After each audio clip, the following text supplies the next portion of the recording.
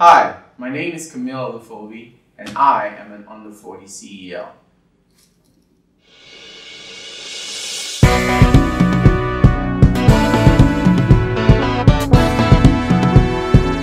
African Renaissance. The concept that the African people and nation shall overcome the current challenges confronting the continent and achieve cultural, scientific, and economic renewal is here, with young men and women taking the lead. Some call them the new school heroes. We call them under 40 CEOs. Kamil has been described as a true embodiment of thinking globally and acting locally. He has lived, schooled, worked, and or visited 30+ countries on 5 continents. He generally considers himself a global citizen with a passion for Africa. With over 15 years of global work experiences, he has developed solid global commercial acumen with a proven track record to lead teams and deliver outstanding results. He has an in-depth understanding of business networking, negotiations, relationship, and project management skills. Born in Nigeria, he attended Mayflower Secondary School. Kamil bagged his master's degree in global affairs with concentrations in economics, international relations, and international law from the Center for Global Change and Governance at Rutgers University, New Jersey in the United States. Kamil Olufowobi is the CEO at the most influential people of African descent, MyPad 100. All right, welcome to Under 40 CEOs, Kamil. Thank you. It's always a pleasure to be with you. All right, Kamil. So you were just midway through high school, born in Nigeria, Yes. I believe, before you were shipped off to the United States. Yeah. So just tell me a little bit about your preteen years and, growing up in Nigeria and some of your fondest memories from that time. You're taking me back. Yeah? Way back. I love it. So when you ask about growing up in Nigeria, I mean, the first thing that comes to mind is growing up as the youngest in a family of 5. Wow. Yeah, I'm the last born, right? And, I lived a life of being, the youngest, which is really learning from, my siblings, learning, learning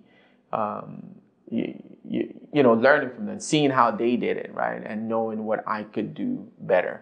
And I was very sheltered, obviously, because I don't really recall that Nigeria was great for me growing up, right? Because I don't have any negative memories of growing up here because I was sheltered. I went to Mayflower Secondary School, right? My sibling who was in front of me also went there. So growing up in Nigeria as a teenager, as a young child, because I left when I was 13, 14 to the U.S. in 1995. And then I went to high school in the U.S. So my memories of Nigeria, of boarding school, I think really grounded me in self-reliance and self-love, knowing who I was. Okay. That's amazing. So you left for the U.S. as a teenager, and what informed the move at that time? Well, my parents went to school in the U.S. in the 70s. So they've been in the U.S. for donkey years, for many years. My dad had come back to Nigeria to work, at the hospitals here. And then he moved back when things kind of, economic downturns in Nigeria. So moved the family back. So that was where we were. We were just moving back because my dad was back in the U.S. and he was just bringing the family back over because of situations here in Nigeria. But did you ever have cause to visit during the time? Yes. Oh, so after I left, I did come back, but not until many years after. So remember, I left when I was 13, 14, went to high school in the U.S. I went to college, in the U.S. And during college, I must say this is one of the critical turning points in my life. I mean, going to America as an African or as a Nigerian, I didn't even know what racism was. All my friends, I remember high school and And in college, at least the first, which was it? Freshman and sophomore year in college, were all, non-blacks or were all, white people I was rolling with. I really didn't understand, what racism was until I had my first, unveiling of racism in America, until I realized that regardless of how good you were at what you do, America sees you from, through the lenses of race, no matter how good at what you do. So it was from there, my consciousness, began, to grow as a person of African descent living in America. But even at that, I mean, America was the land of opportunity, home of the brave, right? Definitely. A land of opportunities, and I took those opportunities. So one of those opportunities that really changed my life and my trajectory was when I got a scholarship to go to school in Singapore from my university in New Jersey, the New Jersey Institute of Technology. So I went to Nanyang Technological University in Singapore, and that was a turning point, for me, because I was a foreign student in Asia, along with 36 other students from all over the world. Nice. And that experience opened me up to the possibilities of a world where if we only all just experienced each other, we'll realize how beautiful and amazing the world is. And we'll want to save this world and make it a better place, because it was such an amazing experience to meet young people like myself from all over the world. And we had similar experiences, and we were looking for the same things, because we met during that period of our life. We were young, and, it was great. And it was from that experience when I came back to the U.S. After my undergrad, I, of course, worked, So let's stay in undergrad for a second. So you attended the New Jersey Institute of Technology. Yes. And interestingly, you read professional and technical communications. Yes. What informed, that choice?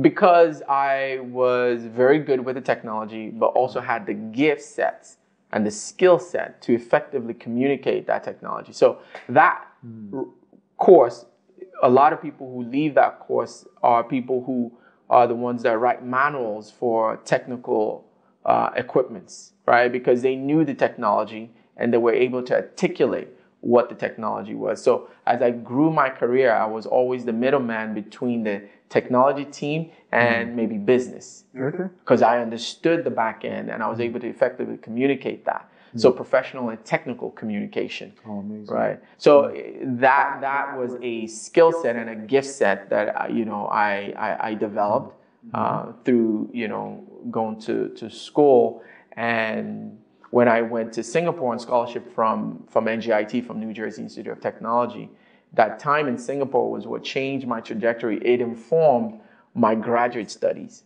So I came back to the U.S. and I studied for my master's global affairs at Rutgers University in New Jersey. High school, undergrad, and graduate school was all in New Jersey, right? And my graduate studies was at Rutgers, and I went into global affairs. So I'm a student of international relations. I've always wanted to work with the United Nations. I've always wanted to work, in the diplomatic corps, right? But I decided not to go in the line of being a career diplomat. So I wanted to work for multinationals, see the world, and then become, an appointed ambassador. So I decided to work in the private sector, but multinational companies that would allow me to work and live around the world, and then inform my appointment as an ambassador of the country.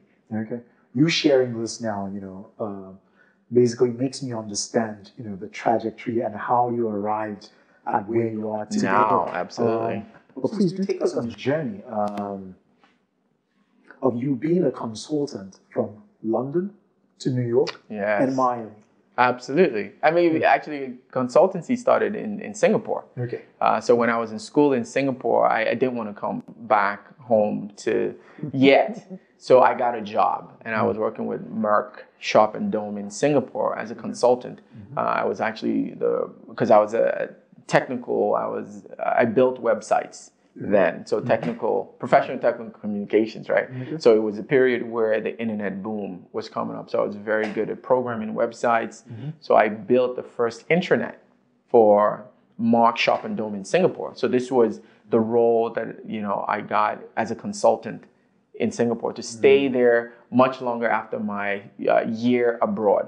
Nice. So I stayed some extra three months to work, as a consultant in Singapore.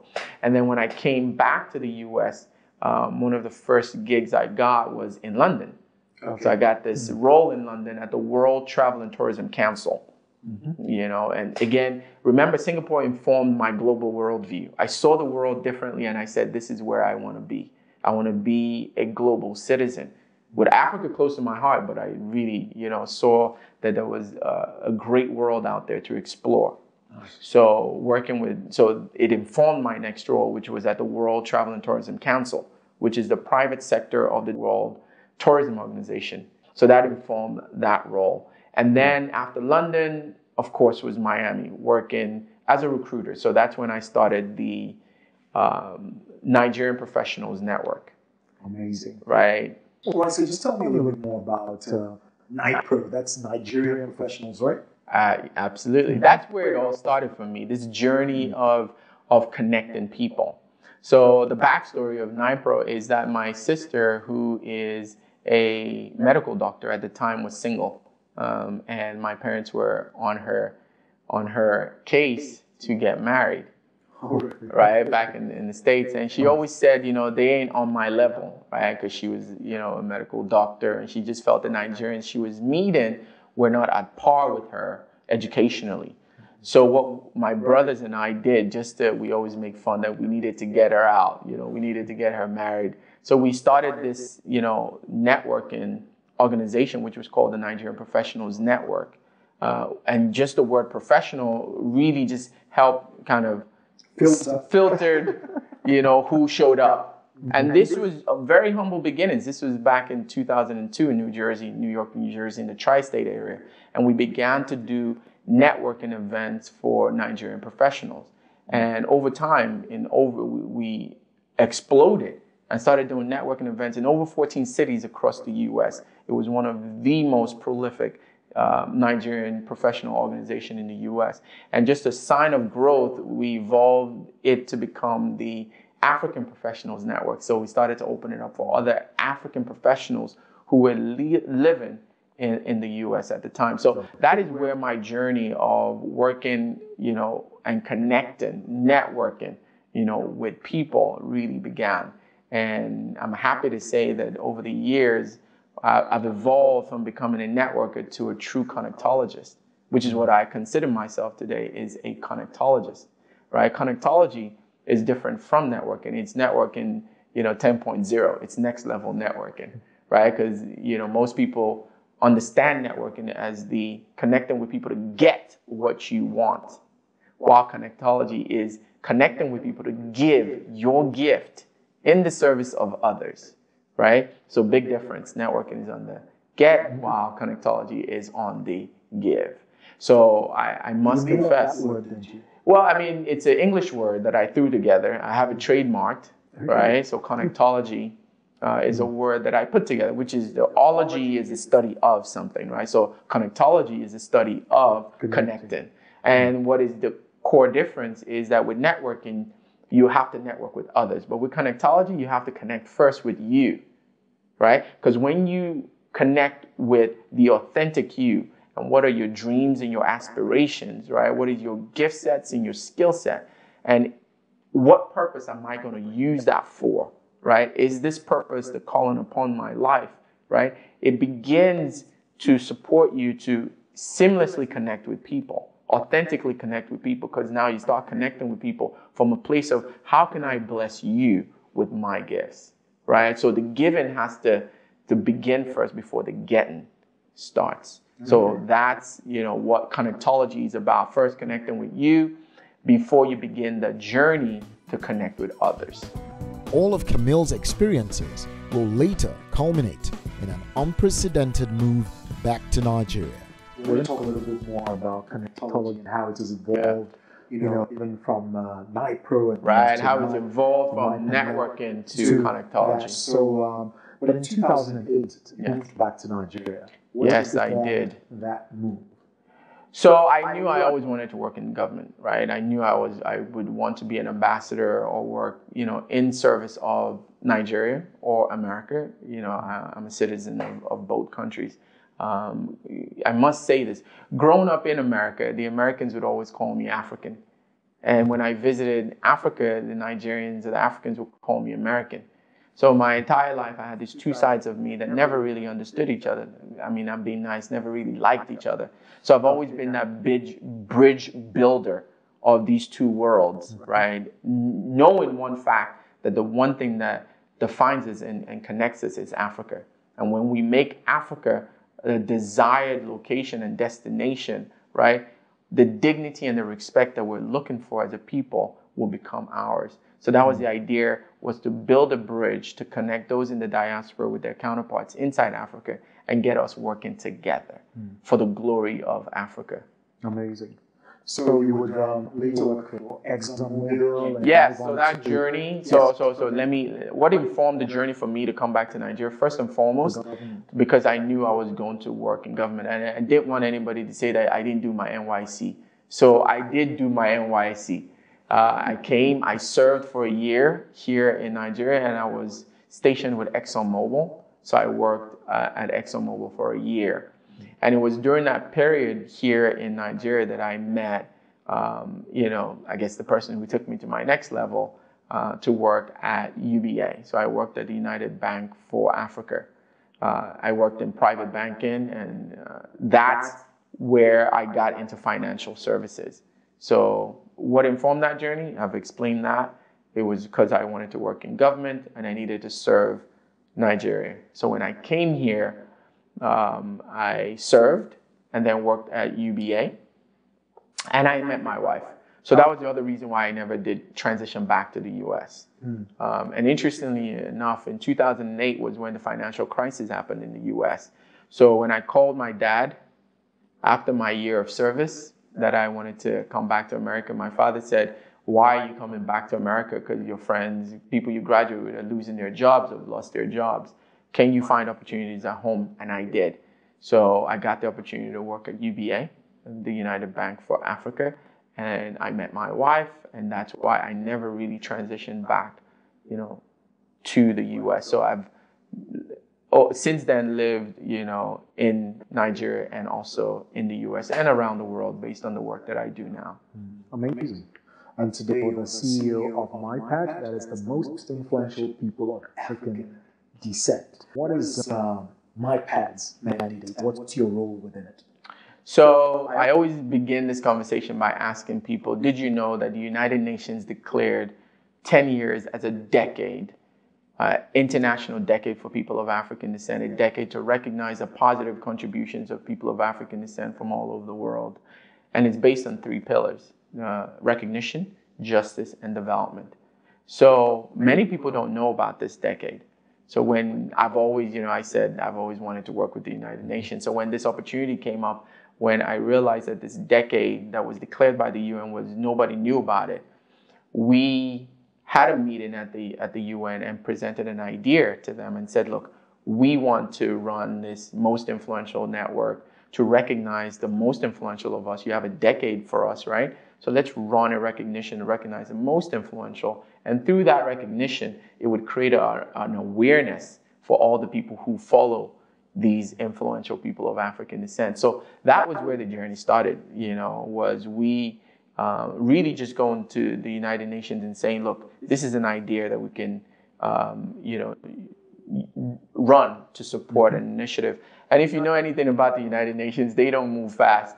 But this was a divine calling, because within 2-3 weeks after that meeting, we had an endorsement from them to say, yes, sure, we like the idea. Let's go with it. Go ahead and do the recognition. So what we started to do was to recognize people of African descent in the diaspora from all over the world, sometimes from unexpected places, from Brazil, from the US, from Canada, from Pakistan, from Australia, as long as it was in the diaspora, and we connected them with their counterparts inside on the continent, inside the continent, in 4 different categories. So politics and governance, business and entrepreneurship, media and entertainment, and humanitarian endeavors. The mandate of MyPad is to recognize high achievers of African descent in support of the UN International Decade. That's amazing. Well done so far. Thank you. But I'd like to know, what is the basis for the selection of MyPad honorees and nominees? So again, the idea is to select influencers, people who have a large following of African descent, who are representation of excellence in people of African descent, because the current narrative is that excellence doesn't exist in this color.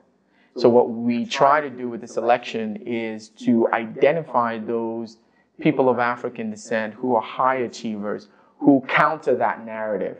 And we do that, like I said, in politics and governance, business and entrepreneurship, media and entertainment, and then humanitarian endeavors. And our most popular recognition is the under 40 edition. Yes. Right? But we also have, for people over 40, our special editions don't have any age requirement. So we have our social impact and philanthropy edition. We have our banking and finance edition. We have our climate action edition. So all of the different, verticals that we have special editions, the 4th Industrial Revolution, the healthcare edition, just to recognize, people of African descent who are doing amazing jobs in their different sectors. Hi, my name is Kamil Olufowobi, and you too can be an On the 40 CEO.